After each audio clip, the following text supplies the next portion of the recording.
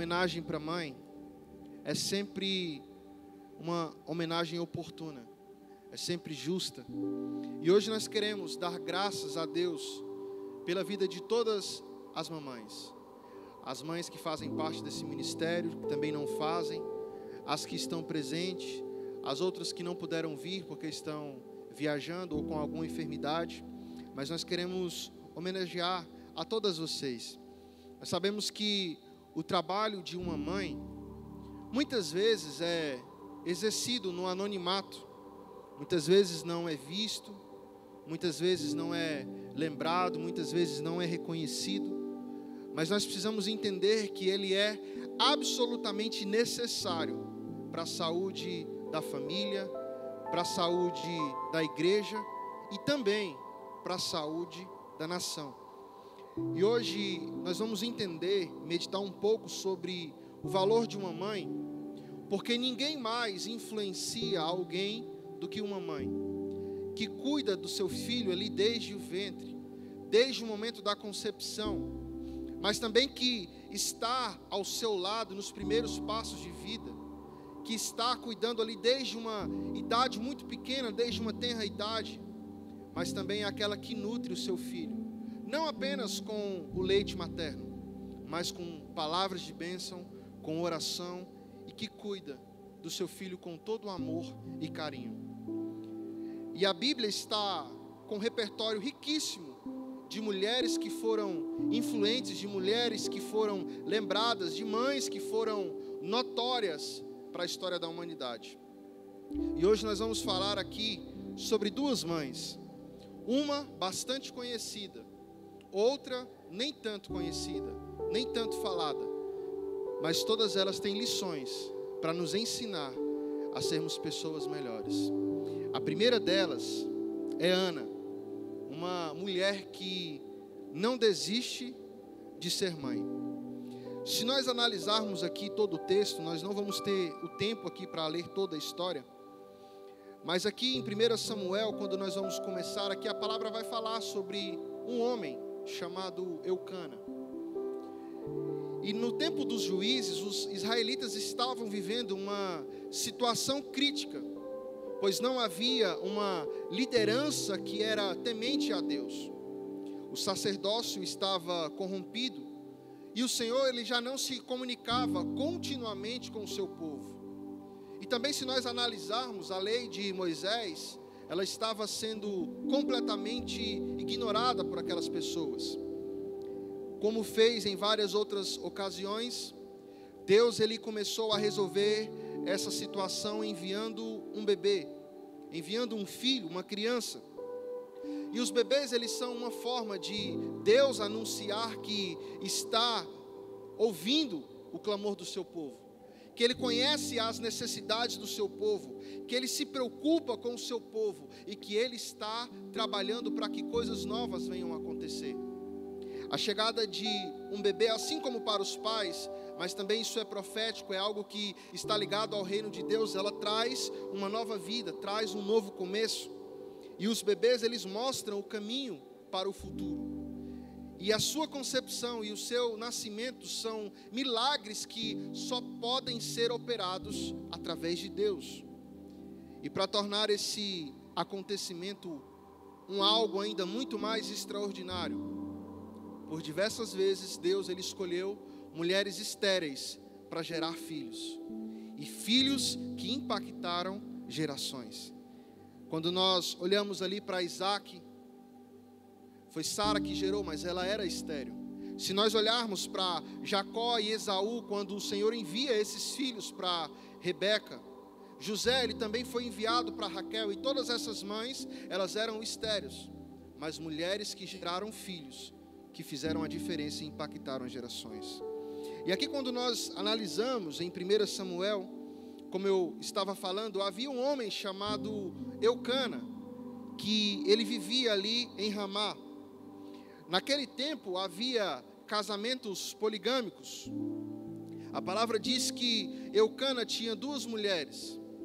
Ao que tudo indica, Ana era a sua primeira esposa.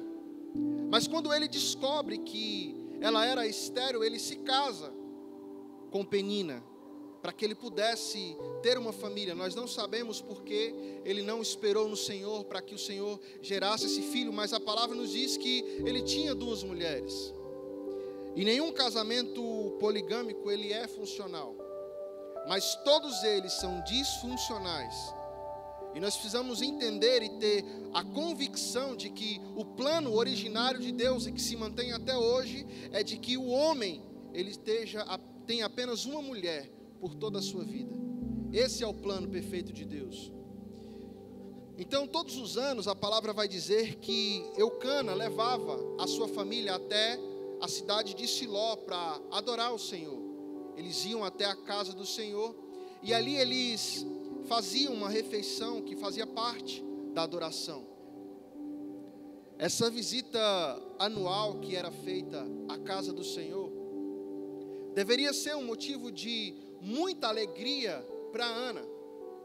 Mas a palavra diz que todos os anos, a cada ano que passava, Penina, que também mulher de Eucana, ela ficava afrontando, ela ficava zombando, ela ficava irritando Ana, e ela fazia lembrar que ela era estéril, que ela não podia gerar filhos.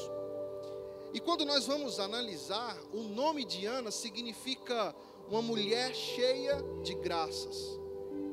E de fato, a palavra nos mostra que Ana tinha muita graça para suportar todas essas humilhações, todas maldades, todas atitudes, todas palavras cruéis que eram lançadas por Penina.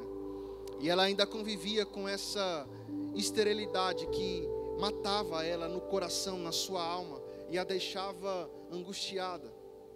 E eu quero falar hoje aqui, muito rapidamente, sobre 4 pontos sobre a vida de Ana. Ana, ela tinha o coração do marido, ela tinha o amor do marido, ela tinha provisão do marido, porque a palavra diz que ele oferecia também alimento a ela, ali quando eles iam também na casa do Senhor, só que o seu ventre era estéril. Ao ir à casa de Deus e a derramar as suas lágrimas diante do altar do Senhor, a palavra diz ali que Eli estava, certa feita, olhando para a adoração daquela mulher, mas a sua oração era uma oração silenciosa, e ela movia apenas os seus lábios.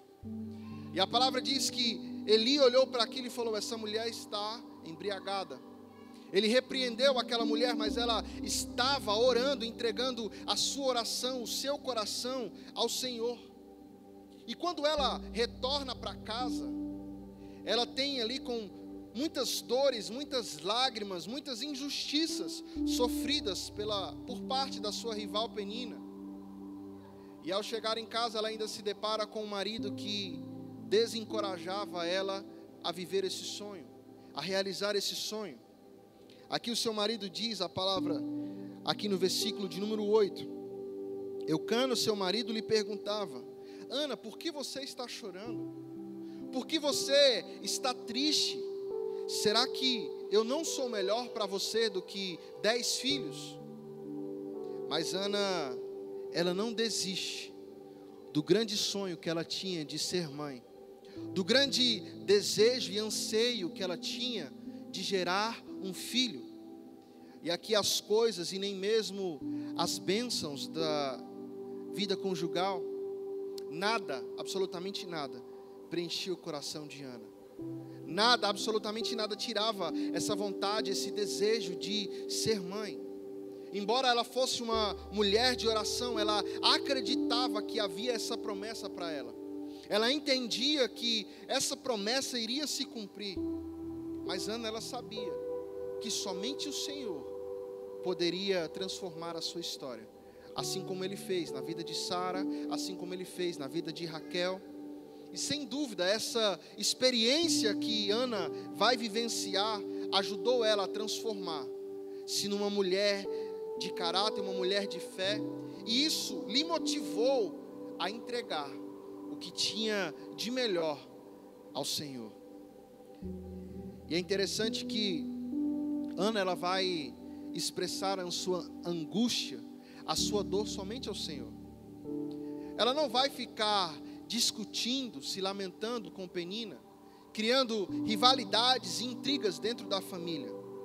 Em tudo que Ana disse, em tudo que Ana fez, ela glorificou ao nome do Senhor. Porque ela entendia que a única coisa que poderia mudar a sua história era um agir de Deus na sua vida.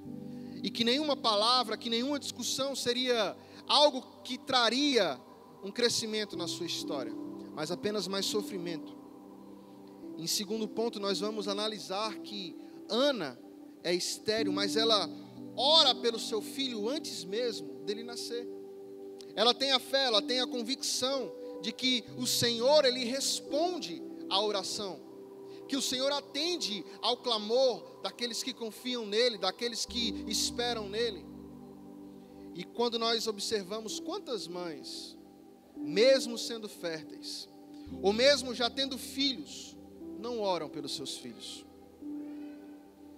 Mas Ana orava pelo seu filho, mesmo sendo estéril, e mesmo antes de concebê-lo. E ela não só orava, mas ela já fazia compromissos com ele. A palavra diz aqui no versículo 11, que foi o primeiro que eu li. Olha o que ela diz. E fez um voto dizendo: ó Senhor dos exércitos, se tu deres atenção à humilhação de tua serva, te lembrares de mim, não te esqueceres de tua serva, mas lhe deres um filho, então eu o dedicarei ao Senhor por todos os dias de sua vida, e o seu cabelo e a sua barba nunca serão cortados. Essa mulher, antes de conceber no ventre, ela concebe no coração. Essa mulher, antes de chorar a dor do parto, ela chora na presença do Senhor. Essa mulher, antes de contemplar o milagre, ela acredita, ela crê na promessa do Deus vivo, do Senhor dos exércitos. E quando nós olhamos aqui a palavra de Deus, Ana, ela só foi tão influente na vida de Samuel porque era uma mulher piedosa, porque era uma mulher devota, era uma mulher de oração, era uma mulher de Deus.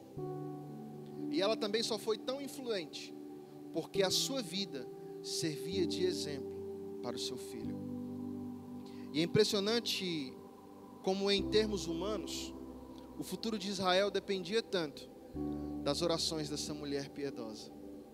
Na verdade, quantas coisas da história não dependeu de orações de pessoas que sofreram e se sacrificaram? Quantas mães, especialmente, tiveram orações que influenciaram aquilo que nós vivemos hoje? E que exemplo de oração nós temos em Ana?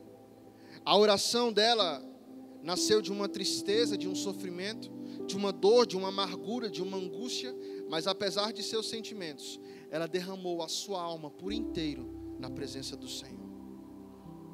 Foi uma oração que envolveu submissão, pois ela se apresentou ao Senhor como uma serva disposta a fazer aquilo que o Senhor desejava. A sua oração também inclui um sacrifício, porque ela fez um voto com o Senhor de entregar o seu filho para servir ao Senhor por toda a sua vida. E ela lhe entregaria como um nazireu. E para quem não sabe, o nazireu, ele não bebe vinho e também não corta os seus cabelos. Então Ana faz esse compromisso com o Senhor. Ana, ela tem esse entendimento, mas parece que está demorando muito. A palavra diz que Penina, ela tinha vários filhos ali, tinha uma porção de filhos com Eucana. E todos os anos, aquela família subia até a casa do Senhor, e Ana estava ali chorando. E Ana era caluniada, difamada, humilhada, embora ela tivesse o amor do seu marido, mas ela sentia que lhe faltava algo. Só que eu quero fazer aqui uma ilustração nessa noite acerca do mover de Deus sobre as nossas vidas. Eu vou contar com a ajuda de 3 pessoas. Eu vou colocar do lado de cá para que todos possam ver. eu vou chamar aqui a Thaís, que vai representar a Ana. Ela vai se sentar aqui. Mas eu vou chamar também o Henrique, que vai representar um anjo. Vem correndo o anjo, porque o anjo tem que ser rápido. A Thaís está aqui representando Ana,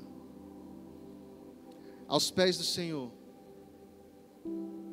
triste, chorando, lamentando toda a dor, toda a amargura.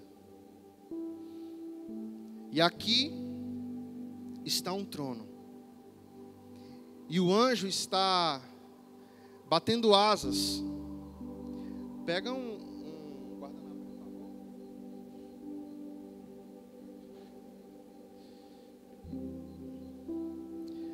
Esse anjo está aqui batendo asas atrás do trono. É para voar. Bate asa com convicção, anjo. E eu imagino o Senhor assim, ó, cuidando de um trono, preparando um trono. E o anjo é curioso, esse anjo aqui é curioso. Aí o anjo vai perguntar: Senhor, mas isso é para Ana, a estéril, mulher de Elcana? Exatamente, para essa Ana, exatamente para ela. Senhor, mas justo ela que há tantos anos vai à casa do Senhor, busca, e ainda tem que ser afrontada pela sua rival, Penina? Exatamente, anjo. Continua batendo as asas. É para o filho dela, Samuel. Eu estou preparando. Ela está chorando, mas ela não está vendo. Mas eu já estou vendo ela. E dela haverá um rei, um profeta. Eu estou preparando aqui para ela. Samuel, ele vai em muito pouco tempo sentar nesse trono. Se levante, Ana. Você está chorando, mas a misericórdia do Senhor alcançou a sua vida. E você vai receber algo da parte de Deus. Eu estou vendo a sua luta, a sua dor. E foi eu mesmo que encerrei a tua madre. Mas chegou o tempo de você contemplar o sobrenatural. E a palavra diz que imediatamente o rosto de Ana se alegrou. E aqui passou-se um tempo, Ana foi para casa, se relacionou com seu esposo. E a palavra diz que então ela concebeu a um menino e devido ao tempo ele nasceu. Samuel, cadê você, Samuel? Venha sentar no trono. E no tempo devido, Samuel ele se assenta no trono. Sabe o que isso significa? Ana, o teu sofrimento acabou, teus dias de lutas acabaram. Mas enquanto você chorava e subia ali, estava sendo caluniada, eu já estava preparando o trono para que o teu filho viesse a sentar-se. Talvez você tenha chorado, você tenha lamentado. Ah, mas está demorando ano após ano e nada acontece. Mas o Senhor já está preparando para você. Ele já está cuidando do trono. Eu não sei o que você precisa. Talvez é uma porta de emprego que você há tanto tempo está clamando. Talvez é um filho que ainda não foi gerado. Talvez é uma mudança na sua história que você ainda não alcançou. Mas lembre-se, o Senhor está preparando para você. E no tempo certo você vai receber essa promessa. Essa cadeira que já foi preparada e separada para você. Creia no Senhor. Obrigado. Deus abençoe vocês. Isso é uma pequena ilustração para que nós venhamos a entender que não funciona no nosso tempo, não funciona do nosso jeito, mas o Senhor, Ele está cuidando. O Senhor, Ele está trabalhando. Às vezes vamos chorar, às vezes vamos lamentar, às vezes vamos estar triste, mas o Senhor está cuidando de cada detalhe. E tudo aquilo que é seu já está preparado. Aquilo que é de Ana, aquilo que é de Samuel, é de Samuel, aquilo que é seu, e ninguém vai tomar, ninguém vai roubar.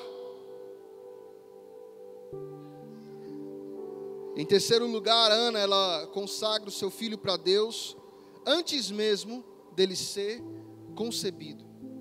E quando o menino nasce, depois de ter feito esse voto a Deus, ela cumpre a promessa.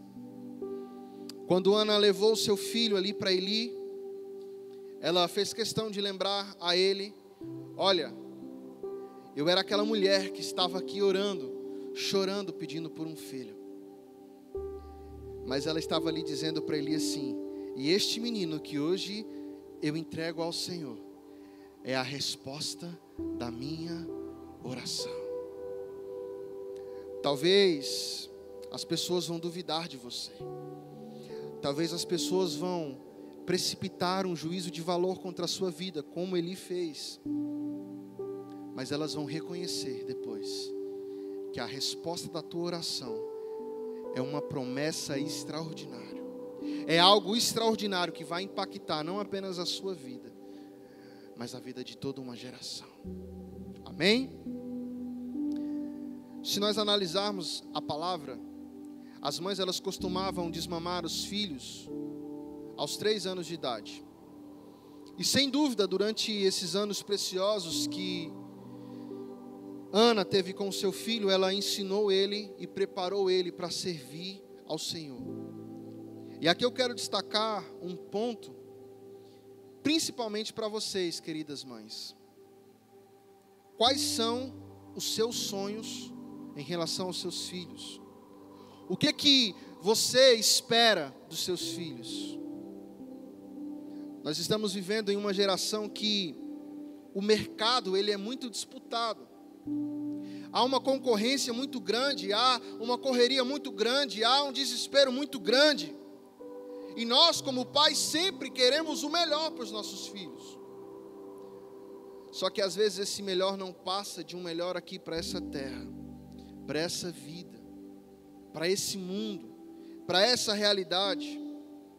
Nós queremos a melhor educação, queremos o melhor conforto, queremos a melhor segurança. Amanhã nós queremos a melhor carreira, nós queremos o melhor reconhecimento, nós queremos tudo o que há de melhor, mas será que são apenas esses os nossos sonhos em relação aos nossos filhos? Que eles sejam reconhecidos aqui nessa terra, que eles alcancem e conquistem troféus apenas aqui nessa terra, que eles realizem os sonhos apenas para esse mundo, que eles estejam felizes e alegres apenas aqui nessa terra. Ou nós podemos nutrir sonhos mais elevados em relação aos nossos filhos? Ana, ela chora tanto tempo para ter um filho, mas há um momento na história aqui de sua oração que se torna um divisor de águas, que se torna algo crucial, porque naquele tempo, como eu disse, Israel estava em decadência, naquele tempo o sacerdócio estava corrompido. E Ana, ela pede um filho a Deus, não para que esse filho pudesse atender às suas expectativas como mãe, mas para que aquele filho fosse levantado para Deus como um grande líder da sua nação, para trazer de volta aquela nação apóstata à presença de Deus, para que eles pudessem voltar à presença do Senhor e viver o sobrenatural de Deus. E ela consagra esse seu filho a Deus. E se existe algo que é notório na história, é que Deus ele honra o compromisso de um pai e de uma mãe quando eles almejam grandes coisas para os seus filhos em relação ao reino de Deus. E é exatamente isso que Ana está fazendo.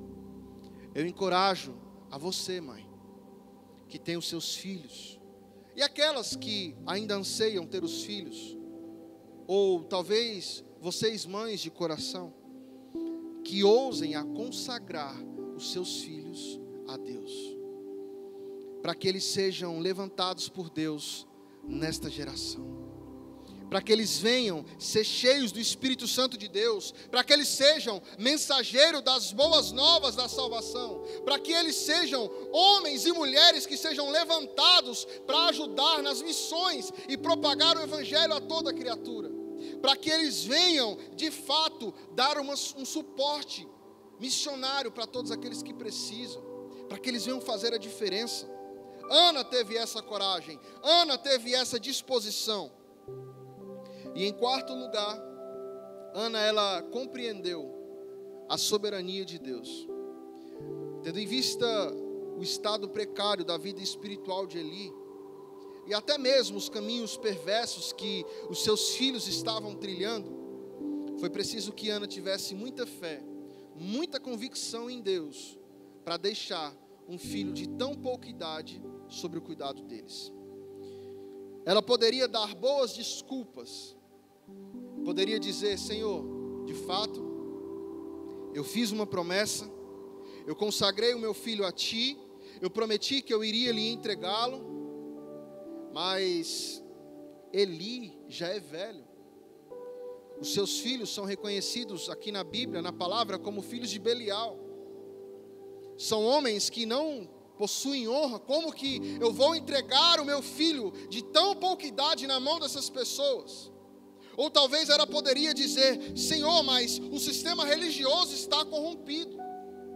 É muito perigoso, é muito desafiador, e eu vou colocar ele em uma situação de risco. Ele vai correr um perigo de vida. Só que Ana entendeu que Deus, Ele é soberano. Ana, no seu cântico, no capítulo 2, na sua oração de gratidão ao Senhor, ela vai entender algo tão sublime acerca da soberania de Deus, que você, mãe, você, pai, nós precisamos entender acerca dos nossos filhos. E Ana, ela vai dizer: é Deus quem dá a vida, é Deus quem tira a vida, é Deus que exalta, é Deus quem humilha, rebaixa, é Deus quem pega os pobres e ergue eles e tira todos os necessitados do monturo e os eleva até os principados e coloca eles sobre um lugar de honra. Ana, ela entende que, de fato, Deus, Ele é soberano. Ela entende que Ele estava com Samuel, Ele iria tomar conta dele, mesmo que ele estivesse ao redor de uma geração corrupta, de pessoas que não davam um bom testemunho. Ela entendeu que a finalidade da nossa vida é cumprir o propósito de Deus. E você, mãe, precisa entender que pode colocar o que Deus te deu de melhor, os seus filhos, nas mãos de Deus, para que eles cumpram os propósitos elevados de Deus, para a glória de Deus, para a expansão do reino de Deus, para que essas palavras de vida eterna cheguem a todo mundo. Vocês precisam entender o quão valiosas vocês são, o quão influentes vocês são na vida dos seus filhos. E aí nós vamos entender que assim como Deus protegeu José no Egito, assim como o Senhor protegeu a Samuel em Siló, Ele é capaz de proteger os nossos filhos e netos, nesse momento que nós estamos vivendo. Um mundo tão perverso, um mundo com tantas dificuldades, um mundo com tantas tribulações. Mas nós precisamos consagrar os nossos filhos ao Senhor, entregar eles nas mãos do Senhor. Amém? Quantos aqui estão entendendo? E eu quero falar também sobre uma mãe que não é tão conhecida, Eunice. Quantos já ouviram falar sobre Eunice? Levanta a mão. Ninguém? Então nós vamos falar sobre ela agora. Abre a sua Bíblia aí, em 2 Timóteo, capítulo de número 1. 2 Timóteo, capítulo de número 1. Nós vamos ler aqui o versículo de número 5. Diz assim: recordo-me da sua fé não fingida, que primeiro habitou em sua avó, Lóide, e em sua mãe, Eunice, e estou convencido de que também habita em você. Eunice é uma mãe que não desiste de ensinar o seu filho. Ela entende, ela compreende que primeiro é o ser do que ensinar. E aqui nós vamos observar que a educação cristã, ela começa no lar. A nossa casa é a base. A mesma fé que habita na avó, habita na mãe, é a fé que vai habitar no filho. Está passando de geração em geração. Não há um abismo entre aquilo que se prega e aquilo que se vive. Não há um hiato entre o ensino e a prática. E Paulo está reconhecendo isso. Ele está falando a respeito aqui dessa família, da família de Timóteo. E ele entende que a fé estava na avó Lóide, que passou para Eunice e agora estava sobre Timóteo. Então ele entende que a terceira geração está andando nas mesmas pegadas. Vamos ler de novo? Recordo-me da sua fé não fingida, que primeiro habitou em sua avó Lóide e em sua mãe Eunice, e estou convencido de que também habita em você. Aonde essa fé habitou primeiro? Na avó, depois na mãe e agora no filho. Só que, irmãos, a nossa geração parece que está perdendo esse vínculo. A nossa geração parece que está causando uma ruptura nessa sequência. É como se nós estivéssemos em uma corrida de revezamento, mas nós não estamos conseguindo passar o bastão no momento certo. E por causa disso, famílias estão sendo destruídas, porque estão perdendo a carreira da vida. E nós precisamos entender que nós temos um papel muito importante.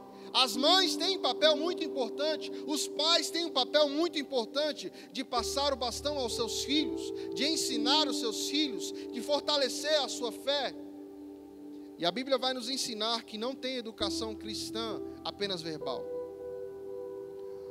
Eu separei aqui o texto de Deuteronômios, capítulo de número 6, do versículo 5 ao 7, diz assim: ame o Senhor, o seu Deus, de todo o seu coração, de toda a sua alma e de todas as suas forças. Que todas estas palavras que hoje lhe ordeno estejam em seu coração. Agora preste atenção. Ensine-as com persistência a seus filhos. Converse sobre elas quando estiver sentado em casa, quando estiver andando pelo caminho, quando se deitar e quando se levantar. A educação cristã não é apenas verbal. Os nossos filhos, eles observam mais do que nos escutam. Se nós falharmos em viver a fé cristã em casa, nós vamos perder a eficácia do ensino religioso e espiritual dentro de casa. Albert vai dizer que dar exemplo não é a melhor maneira de influenciar os outros. É a única maneira de influenciar.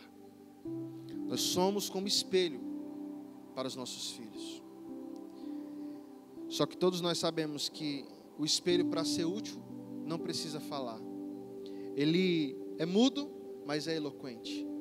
Ele não grita, ele demonstra. O espelho, ele, para ser útil, precisa ser limpo. Para que nós não tenhamos uma visão embaçada, para que nós possamos enxergar direito. O espelho também precisa ser plano para não distorcer a sua imagem. Certa feita eu estava numa academia e o vidro, ele estava assim de uma forma esquisita e eu fiquei na frente dele assim, fiquei me sentindo um ET. Ele estava assim todo desconfigurado e eu falei, misericórdia, está repreendido em nome de Jesus. Agora já teve outras academias que eu cheguei, E falei, rapaz, tô bombadão e tal, assim, né? É a posição do vidro. Tem toda uma estratégia, uma iluminação que é colocada. E aí nós vamos entender que o espelho também precisa ser iluminado. Não vai adiantar você chegar lá no espelho da sua casa à noite, se não houver luz. Ele não vai ter utilidade. E nós somos espelhos para os nossos filhos. Então isso significa que nós, pais, vocês, mães, somos educadores dos nossos filhos. E a melhor mensagem, a maior mensagem que nós passamos para eles é como nós nos posicionamos, é como nós agimos. É por isso que o texto aqui informa que a mesma fé que habitou na avó, habitou também na mãe e agora está no filho. Esse é o compromisso do ensino nos lares, que começa conosco. E Eunice, a palavra diz que ela ensina Timóteo desde a sua infância. Vamos aqui, no capítulo de número 3, no versículo de número 14 e 15. 2 Timóteo, capítulo 3, versículo 14 e 15. Diz assim, ó: quanto a você, porém, permaneça nas coisas que aprendeu e das quais tem convicção, pois você sabe de quem o aprendeu, porque desde criança você conhece as sagradas letras, que são capazes de torná-lo sábio para a salvação mediante a fé em Cristo Jesus. Todos vocês sabem que quando uma mãe tem uma gestação conturbada, às vezes por causa de brigas, de discussões, ou porque essa mãe é uma mãe usuária, ela não conhece a Cristo, ela é dada a tomar muitas bebidas alcoólicas, tudo isso vai influenciar e refletir na vida daquela criança. Mas de outra forma, de outro lado, quando nós temos uma criança que é amada, que os seus pais entendem a importância desde o início e começa a orar sobre a vida delas, começa a declarar, a louvar quando elas ainda estão no ventre, isso também vai refletir na vida da criança, inclusive em sua vida espiritual. E aqui a Eunice, ela tem um cuidado, e o cuidado dela foi a ensinar Timóteo desde a infância. E a palavra aqui descreve desde a vida intrauterina, desde quando ele estava no ventre. Nossa, como nós, como pais, precisamos fazer isso. Os filhos precisam ouvir, eles precisam ver em nós. E os filhos, quando criança, eles são como esponjas. Tudo que nós ensinamos, eles absorvem, eles assimilam, eles entendem. E aí, se você entregar os seus filhos às tecnologias, entregar os seus filhos a desenhos animados, aos formadores de opinião dessa geração, eles podem ter uma visão distorcida da realidade e daquilo que eles precisam para viver. Porque o mundo, Satanás, ele é o príncipe das trevas, e ele usa tudo o que ele pode para influenciar as nossas crianças, através dos desenhos, através dos joguinhos. E nós temos que ter cuidado, porque estamos vivendo tempos difíceis, em que os materiais pedagógicos que são levados para as escolas, existem muitas coisas para influenciar e desvirtuar os nossos filhos. E como que nós vamos resolver esse problema? Como que nós vamos blindar a mente dos nossos filhos?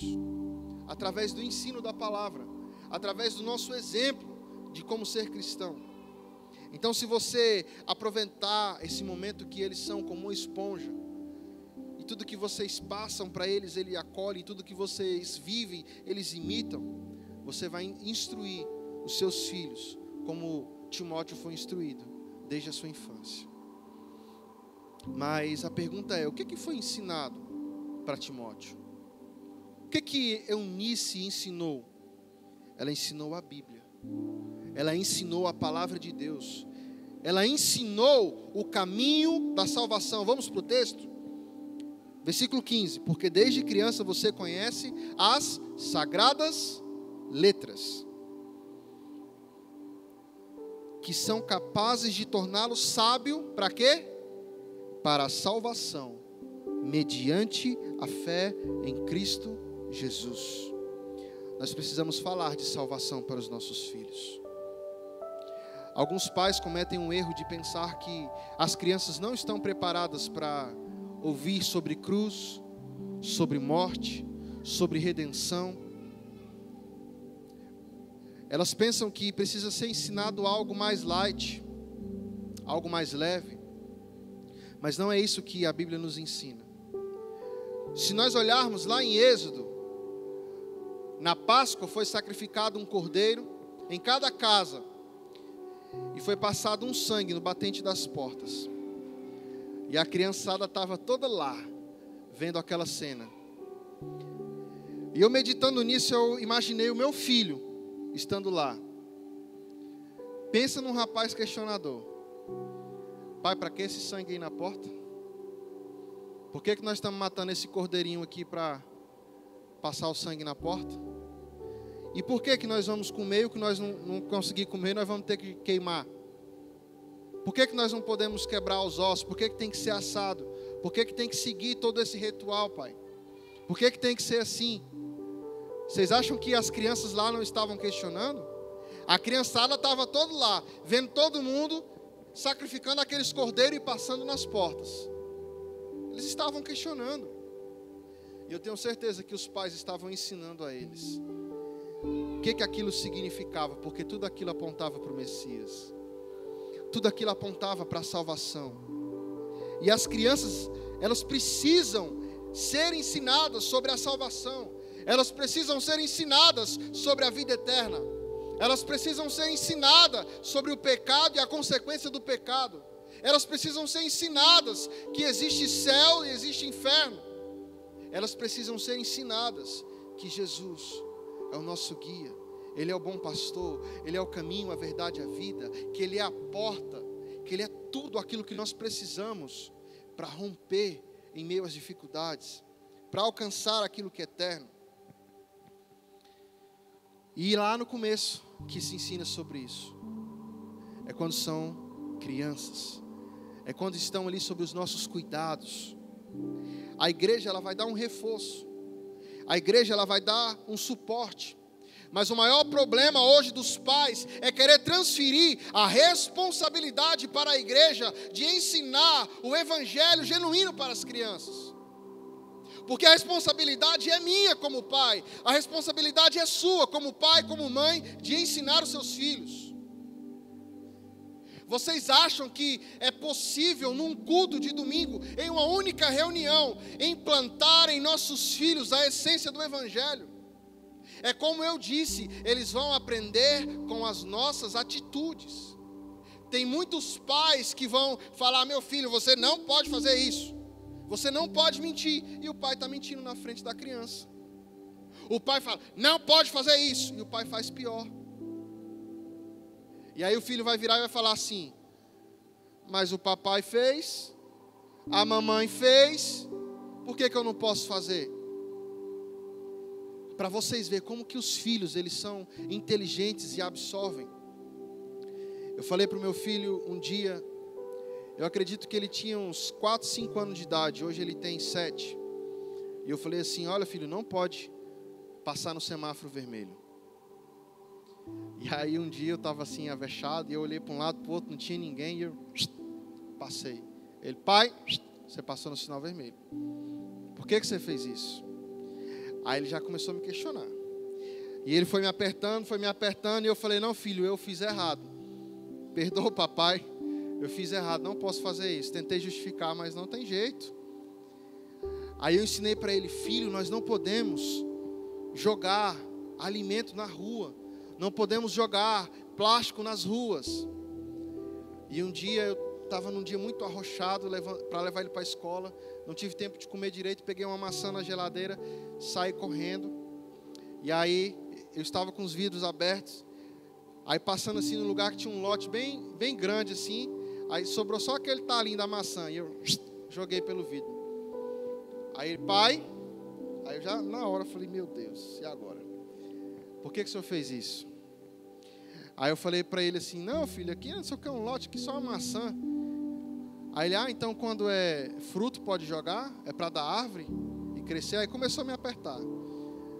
Aí eu falei, não filho, papai fez errado. Não pode fazer isso, eu deveria ter guardado aqui dentro do carro e procurado um lixo e jogado.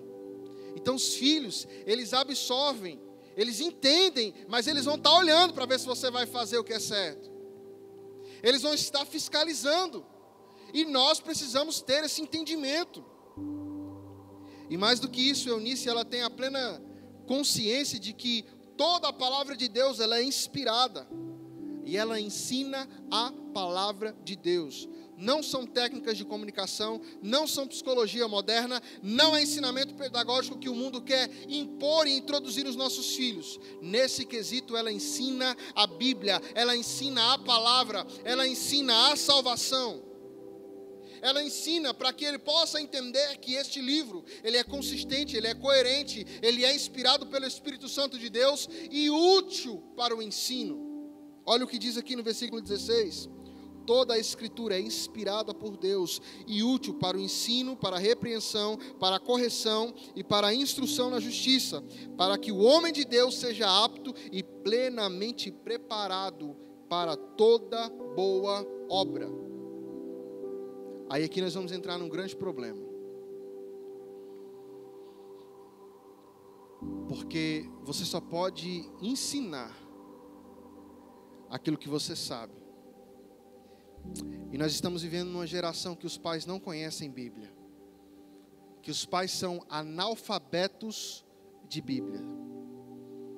E eu fico imaginando como que pais analfabetos vão ensinar os seus filhos acerca da palavra de Deus. Porque você só pode entregar, meu amado, aquilo que você tem. Se você não tem nada de Bíblia, você não vai entregar nada de Bíblia. Então nós não podemos transferir a responsabilidade para a igreja por causa de uma inércia nossa, por causa de uma desmotivação e uma preguiça que é nossa. Mas nós temos que conhecer e ensinar, e aqueles que conhecem não retenham, ensinam. Precisamos ensinar os nossos filhos. A nossa expectativa e esperança nesses dias é de que vocês, mães, vocês, pais, todos nós, pais, avós, reavivemos o nosso coração, o privilégio que nós temos, a oportunidade que nós temos de termos criança em nossas mãos para ensiná-los o caminho da verdade, para ensiná-los como que eles devem seguir, para ensiná-los como que eles devem se posicionar em um mundo corrompido, em um mundo desvirtuado, em um mundo depravado. A geração passada não foi a nossa responsabilidade, mas se nós estamos aqui, é porque em algum momento os nossos pais, os nossos avós, eles influenciaram em nossas vidas. E como que nós queremos que os nossos filhos continuem essa missão se nós não nos posicionamos hoje? Se nós não ensinamos, se nós não instruímos enquanto eles são pequenos? Como que nós vamos levar os nossos filhos a viver algo extraordinário se nós não estamos entregando a eles aquilo que eles precisam, a orientação que eles precisam? A grande maioria dos nossos adolescentes, dos jovens hoje, quando entram na faculdade, quando entram na universidade, eles perdem a sua fé. Eles não prosseguem, eles não continuam, talvez porque não tiveram uma boa base bíblica, talvez porque não tiveram um lar que ensinou a andar nos caminhos do Senhor. Ensina os teus filhos no caminho que devem andar, para que quando cresça não se desviam deles. Quando nós lemos sobre Moisés, nós analisamos lá na fase adulta, ele preferiu o opróbrio de Israel do que as riquezas e as vantagens do Egito. A pergunta é, onde ele aprendeu isso? Com quem ele aprendeu isso? Que ensino foi esse que na fase adulta da vida levou a fazer a escolha certa para o rumo da história da redenção, ao invés das facilidades e das riquezas que estavam disponíveis no Egito? E ele teria esse direito. Mas o que fez ele adotar uma atitude correta foi o que ele aprendeu com a sua mãe Joquebede na infância, que o educou, que o criou, mesmo em pouco tempo, porque naquela época havia uma perseguição muito grande, mas o pouco tempo que ela teve com o seu filho, ela implantou nele, ela ensinou, e mesmo ele sendo criado no Egito, ele não se desviou da palavra de Deus. E essa é a sua responsabilidade, mãe. Essa é a sua responsabilidade, pai, de ensinar. Que Deus nos ajude nesse dia das mães a rememorarmos isso, a voltarmos de todo o nosso coração a um compromisso com Deus. Como Ana assumiu de colocar o seu filho nas mãos de Deus, de consagrar o seu filho a Deus para a glória de Deus. E como Eunice, que ensinou as escrituras sagradas ao seu filho, desde a infância. Amém? Então vamos prosseguir. Essa era a mensagem que eu queria compartilhar nessa noite. Eu espero que todos tenham entendido. É uma mensagem para as mães, porque esse é um valor da mãe.